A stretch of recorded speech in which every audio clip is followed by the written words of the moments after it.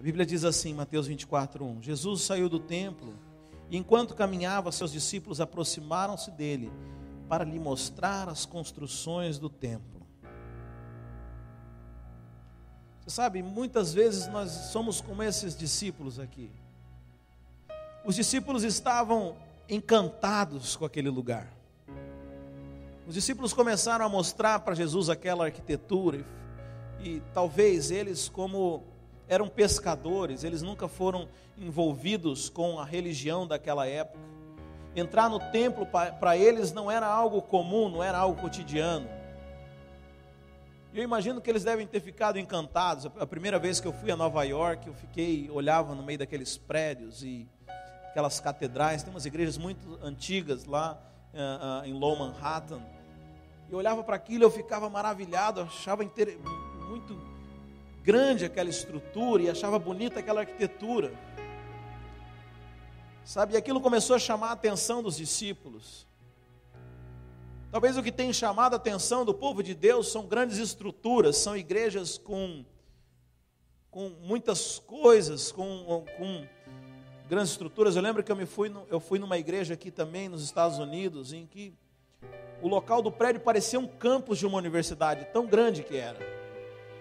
A reunião não era nem no prédio, no auditório principal, nós fomos num auditório secundário. E eu fiquei encantado, porque era um auditório para umas 2.000 pessoas. Tinha um som, uma iluminação, a imagem, era fantástico. E às vezes nós nos encantamos com isso, mas Jesus, no verso 2, já dá uma paulada. Ele fala assim: vocês estão vendo tudo isso? Perguntou ele. Eu garanto que não ficará aqui pedra sobre pedra, serão todas derrubadas. Está vendo isso que é importante para vocês? Isso que está chamando a sua atenção? Olha, não vai ficar pedra sobre pedra. Isso que é importante, isso que você dá valor na sua geração, isso não vale nada para mim. Isso é apenas pedra em cima de pedra. Sabe, Jesus joga um balde de água fria nesses discípulos. E muitas vezes a igreja se encanta com coisas que para Jesus não tem valor. Mas continuando lá no 3.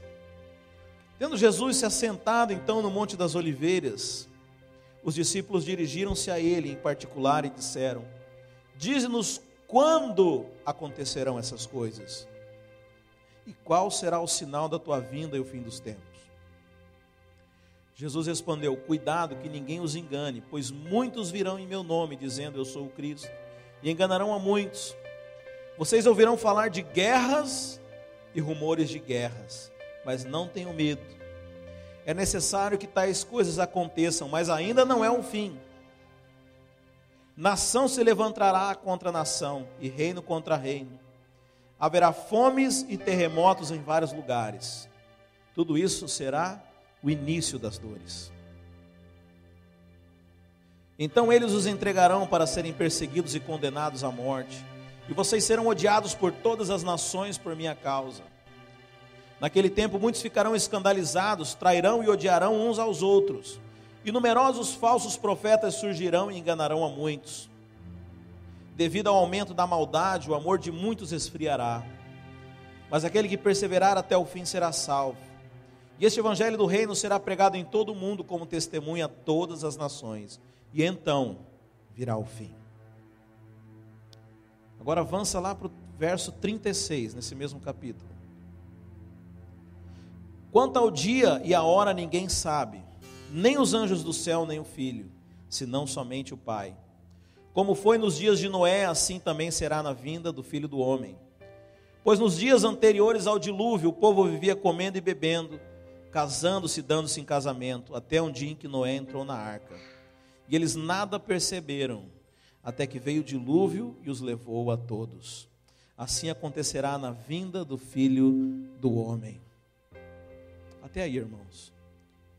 Jesus está falando que a sua vinda será como nos dias de Noé. E ele fala que naquele dia as pessoas comiam e bebiam. Pastor, tem alguma coisa errada em comer e beber? Não, não tem nada de errado em comer e beber. A Bíblia fala que naquele dia eles casavam-se, davam-se em casamento. Tem alguma coisa em casar, irmãos? Não, não tem nada errado. Mas havia um problema nisso. Jesus fala que Noé entrou na arca e eles não perceberam. O problema das coisas do mundo, irmãos, por si só, elas não têm mal nelas. A Bíblia fala que os seus olhos forem bons, todas as coisas vão ser boas. As coisas por si só não fazem mal. Uma faca na mão de um açougueiro, ela representa uma coisa. Uma faca na mão de um homicida representa outra. As coisas que nós fazemos por si só não são boas ou más. O problema é que aquele povo, ele não se apercebeu do que estava por vir. Ele não percebeu quando Noé entrou na arca, não percebeu o que Deus queria fazer naquele tempo. Eu queria falar sobre esses aspectos aqui. Jesus começa falando que naquela época eles comiam e bebiam, e isso diz respeito muito à nossa geração, porque nesse sentido que Jesus fala, não é um comer e beber simplesmente para você se alimentar, mas fala de um momento de prazer. Sabe, eu creio que não existe geração onde se buscou mais o prazer do que a nossa geração. Nós somos uma geração escravizada pelo prazer. Tudo aquilo que vai contra o nosso prazer, nós evitamos. Nós queremos abrir mão daquilo. Ah, pastor, se nós tivermos que fazer uma vigília, mas eu vou ter que ficar acordado, eu gosto de dormir. Não, então, não conte comigo. Ah, nós precisamos fazer tal coisa, ou nós temos um problema, eu preciso fazer alguma coisa. Tudo que vai contra o nosso prazer, muitas vezes nós cedemos. Sabe, essa geração é uma geração viciada, dopada, dependente do prazer. Tem algum problema nisso, irmãos? Em ter prazer? Não, a Bíblia diz que Deus veio para nos dar vida em abundância. Sabe, a vida cristã ela é prazerosa, eu falo isso aqui, o reino de Deus é alegria, irmãos. Mas há uma alegria que o mundo proporciona, e há uma alegria que vem de Deus. O problema da alegria do mundo é que ela é como uma droga, ela é momentânea, ela acaba, e quando ela acaba, você precisa de mais, e mais, e mais, e mais, e você se torna um escravo dela. Se você não aprendeu a buscar a verdadeira fonte de alegria, que é o reino dos céus, essa alegria fugaz, passageira do mundo, ela vai te escravizar. E como nos dias de Noé, nossa geração tem apenas se preocupado em comer e beber. Ah não, pastor, nossa geração trabalha demais. Não, mas trabalha por quê? Porque quer dinheiro para ter prazer. Porque quer usar isso para se satisfazer. O problema é que no meio disso tudo, a nossa geração não tem percebido a arca, não tem percebido Noé entrando na arca. Interessante que nós todos viemos de um país onde muitas vezes as pessoas, às vezes pegam 3 ônibus para ir numa reunião como essa. E aqui nós temos muito conforto, todos temos carro, todos temos ar-condicionado, temos as nossas casas. E às vezes são coisas tão insignificantes que nos impedem de servir a Deus, de experimentar, porque nós vamos cedendo ao conforto, vamos cedendo ao prazer, vamos ficando inebriados com as coisas desse mundo. Jesus manda que nós tenhamos cautela com isso. Acautelai-vos. Mas Jesus também falou que naquela época eles se casavam e se davam em casamento. Isso para mim fala de projetos. Pessoas que faziam projetos, porque veja, quem se casa faz projeto de vida. Ninguém se casa sem fazer um projeto de vida. E eram pessoas que haviam estabelecido para si projetos de vida. E viviam em função desses projetos. Quantos de nós vivemos em função dos nossos projetos de vida? Quantos de nós paramos para ouvir de Deus qual o projeto de Deus para nós? Mas acabamos escolhendo nós mesmos sermos donos do nosso destino. E ainda que um dia você tenha entregado a sua vida para Jesus e feito aquela oração tradicional, Senhor seja, que Jesus seja Senhor e Salvador. Muitas vezes nós aceitamos Jesus como Salvador, mas relutamos que Jesus seja o Senhor de nossas vidas, seja dono de nós, decida o nosso destino, decida o que nós vamos comer ou vestir, aonde nós vamos, para onde o que nós falaremos, o que nós faremos. Não, nós somos cheios de projetos, e muitas vezes queremos pegar esses projetos e que Deus abençoe os nossos projetos, como se nós fôssemos Deus e Ele fosse o servo. Quantas pessoas vêm na igreja com essa expectativa? Chegam aqui cheias de fé, mas é uma fé colocada em coisas erradas. Elas escolhem para si os seus projetos, os seus caminhos, e aí querem exigir que Deus as abençoe porque elas estão vindo na igreja, porque elas estão orando, porque estão jejuando ou fazendo alguma coisa, mas não perguntaram se é o que Deus quer para elas. E acha que Deus tem a obrigação de entrar no projeto delas e fazer a vontade dessas pessoas. Sabe, nós precisamos ouvir os projetos de Deus.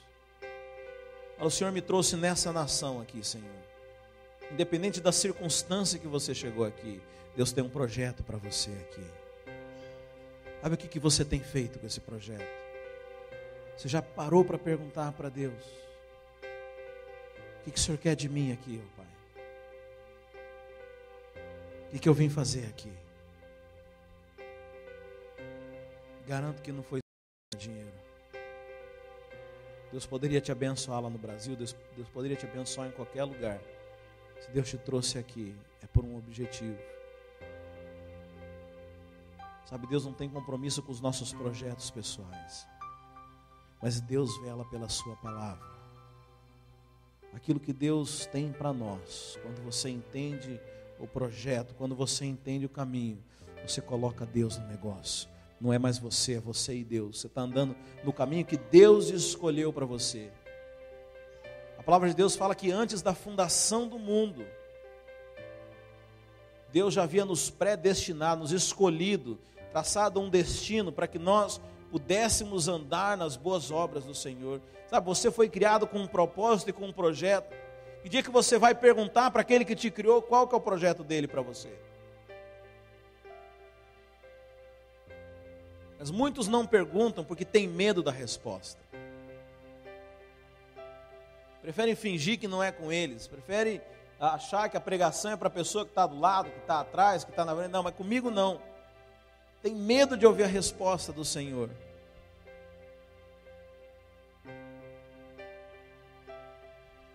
Mas Jesus fala: cautelai-vos. Esses são dias como dias de Noé. Nesses dias o Senhor virá. Agora Noé, ele tinha uma pregação naquela época, muito parecida com a pregação de Jesus Cristo. Noé começou a anunciar o plano de Deus e disse para aquele povo que haveria um dilúvio, e que aquelas pessoas deveriam entrar na arca.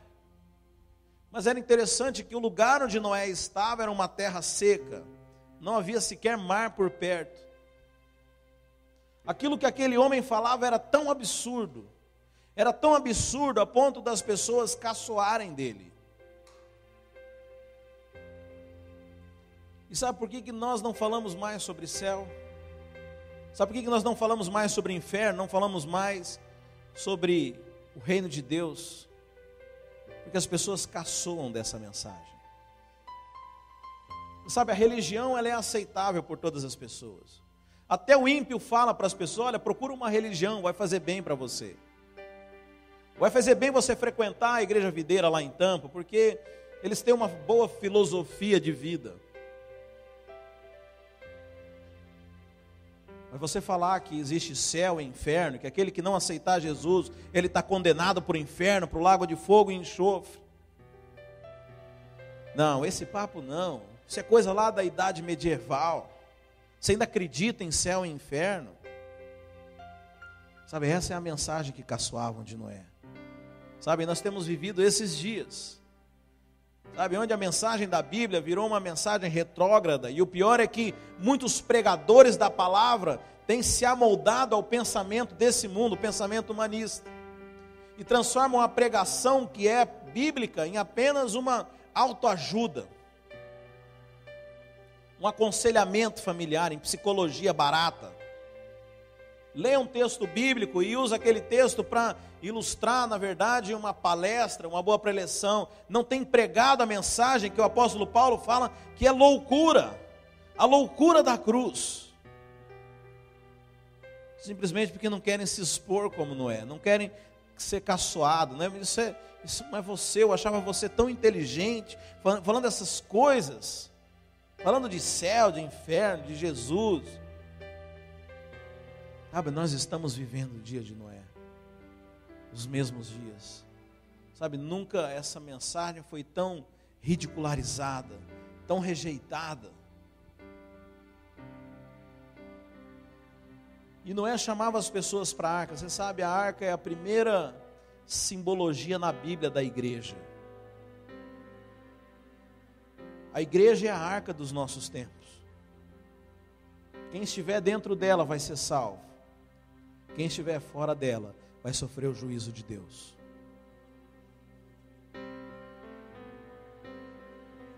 E por não ter esse discernimento, muitos crentes até aceitam a mensagem, mas não querem estar dentro da arca.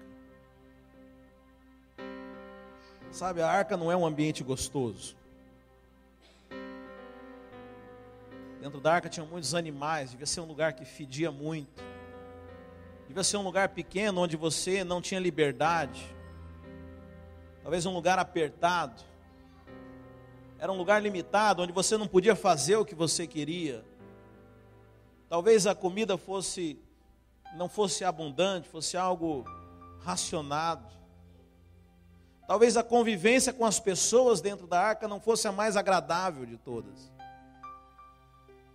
Talvez lá dentro da arca tinha alguém com quem você teve um problema, ou que falou algo que você não gostou, e por causa disso, você não quer ir para lá. Acho tão engraçado isso. Às vezes, irmãos se desentendem na célula, e isso é normal, porque nós somos pessoas. E por causa disso, ele não quer ir mais lá, como se estivesse punindo o outro irmão. Não, você está punindo a si mesmo. Sabe, a arca é um lugar onde nós precisamos estar. Seja um lugar agradável ou não, é onde Deus mandou você ficar. Sabe, isso fala na sua disposição de participar das coisas de Deus. Deus estabeleceu que a salvação é na arca. Sabe, isso pode ser um teste para os seus filhos. Isso pode ser um teste. Porque a igreja ela é feita de pessoas com problemas, assim como eu e você, mas nós somos benevolentes com o nosso defeito, mas não aceitamos o defeito do outro. Somos cheios de razão, de justiça própria para exigir perfeição dos outros, sendo que nós mesmos não somos perfeitos. Mas a igreja é a arca do nosso tempo, irmãos. Por mais que as pessoas falem, por mais que as pessoas caçoem, por mais que as pessoas apontem defeitos, foi isso que Deus estabeleceu. Você sabe, Jesus também, aos olhos dos homens, aos olhos dos fariseus, era alguém cheio de defeitos. Aos olhos humanos, Jesus jamais serviria sequer para ser um mestre na sinagoga. Sabe, um judeu não podia tocar numa mulher hemorrágica, como Jesus fez. O judeu não podia tocar em alguém que estava morto, como Jesus fez. Jesus não podia ser amigo de publicanos, não podia ser amigo de pecadores, não podia falar com uma mulher de Samaria. Jesus transgrediu todas as regras e todos os padrões daquela época. Mas glória a Deus que o Senhor é Deus, Ele não é obrigado a atender às nossas expectativas. É Deus quem estabelece as coisas. E é interessante que a Bíblia fala que Jesus foi uma pedra de tropeço. Muitos tropeçaram em Jesus porque tinham uma expectativa e queria que Deus fizesse aquilo que eles queriam. Mas Deus é Deus, Deus é Senhor, Ele é o Criador e não a criatura. E muitas vezes nós queremos estabelecer o que Deus tem que fazer, queremos estabelecer as condições, nós relutamos em obedecer as coisas que Deus quer fazer. E ficamos esperando o dia em que Deus vai fazer do nosso jeito, para que a gente possa aderir. Não. Quero te dizer que a arca não é um lugar perfeito. A arca não é talvez o lugar mais agradável aos olhos humanos. Mas a arca é o centro da vontade de Deus. Sabe, Jesus está dizendo nessa mensagem aqui, que o momento da sua vinda será como nos dias de Noé. No mesmo tempo que as pessoas vão estar preocupadas com o seu prazer, no mesmo tempo que as pessoas estiverem ocupadas com os seus projetos, caçoando da mensagem do Evangelho, da mensagem antiga, verdadeira, do verdadeiro Evangelho, no mesmo tempo onde as pessoas vão achar que congregar numa igreja é algo que não é necessário, é nesse momento que Jesus vai vir. Sabe, esse é o momento da volta de Cristo. Sabe, irmãos, eu tenho uma convicção em meu coração. Nós estamos nos últimos momentos. Nos últimos momentos. Sabe, devemos viver acauteladamente, devemos cuidar das coisas e fazer bem feito, mas não podemos esquecer. Nós estamos vivendo os últimos momentos, os últimos segundos da história. Os sinais estão aí. Quem tem ouvidos, ouça, irmãos. Vou pedir para que você fique de pé. Eu falei de vários pontos aqui, irmãos. Eu não sei em qual você se encaixa, mas talvez você ainda tenha bebido e comido. Talvez você ainda tenha muitos projetos. Eu não estou pedindo para você largar tudo, viver como um maluco. Mas é importante que nós estejamos preparados. Nessa manhã eu vou te dar a oportunidade de colocar isso diante de Deus. De você avaliar o que você tem feito. Avaliar como você tem vivido. As decisões que você tem feito. Sabe, ainda há tempo. Se você está vivo, se você chegou aqui nessa manhã, é porque ainda há tempo. Porque Deus ainda quer fazer algo na sua vida. Porque Deus está falando com você. Deus não está falando com a pessoa que, quem dera fulano tivesse aqui para ouvir, não. Deus não fala com quem não está. Deus fala com quem está. Deus quer falar no seu coração nessa manhã. Se você é jovem, glória a Deus pela sua vida. Sabe, eu fui descobrir a plenitude do Evangelho já com 30 anos de idade. E vejo tantos erros que eu cometi e não podia e não precisava ter cometido se tivesse conhecido Deus antes. Se você é jovem, aproveite. Mas se você já tem uma idade avançada, não tem problema também. Porque a Bíblia fala que melhor é o fim do que o começo das coisas. Você pode tomar uma decisão que vai fazer uma diferença eterna na sua vida. Sabe, não existe tempo para começar.